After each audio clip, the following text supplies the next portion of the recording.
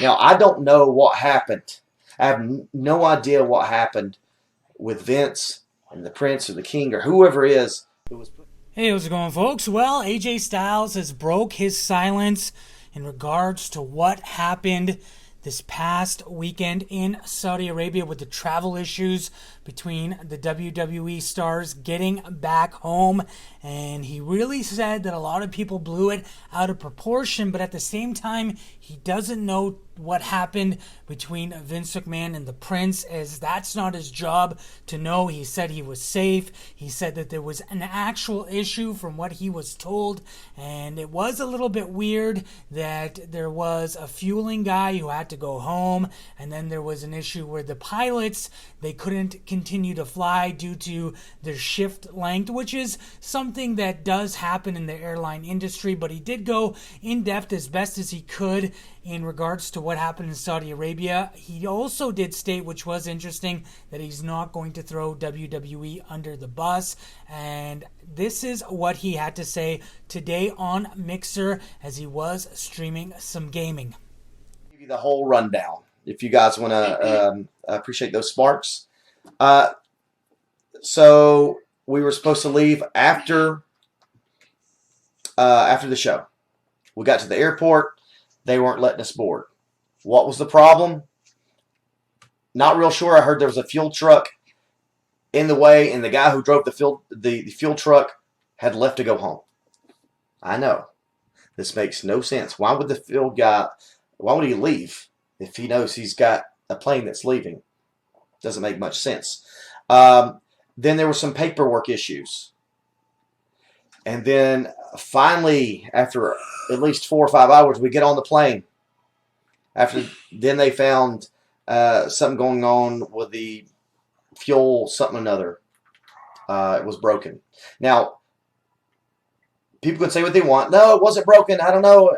But I talked to the pilot. On that 14-hour flight, the pilot had, I guess they take naps too. And so he came out and we were all chatting, sitting around on this flight, talking, having, anyway. And I said, oh, so what happened? And he said, listen, there was a problem. That's a real thing. I said, okay. So the problem is we spent all that time from 1 o'clock all the way to about either 6 or 8 in the morning, waiting to board this plane, then get on the plane, then telling us we can't go anywhere because the pilots and everybody had timed out. From the pilots to from the help, they can only go so long before they're not able to fly because they're not able to go 24 hours at a time, So they had to go back to a hotel. We had to find a hotel. Were there guns? Did they come out and go, all right, everybody off the plane? No, that never happened. My wife called me in a panic, and she's scared to death. I go, babe, listen, we're just not able to go anywhere. It's not a big issue. Nobody is threatening to kill us. There was none of that going on.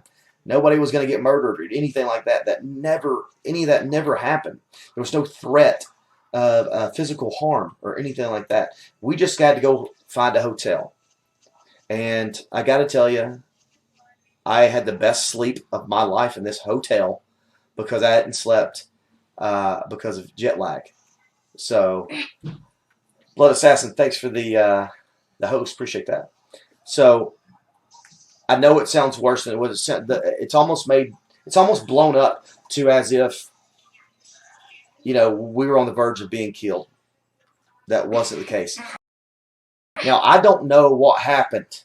I have no idea what happened with Vince and the Prince or the King or whoever it is who was putting on the show. I have no idea what happened.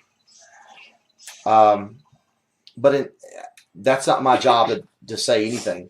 My job is to go to work. My job is to get home. Was I pretty angry about not getting home because I missed my son's wrestling match? You have no idea. You have no idea how angry I was. But if this is out of our hands, if it's out of the pilot's hands, then there's nothing we can do. There's no point in getting mad and getting angry about something I have no control of. So I'm home now, and I'm happy to be here.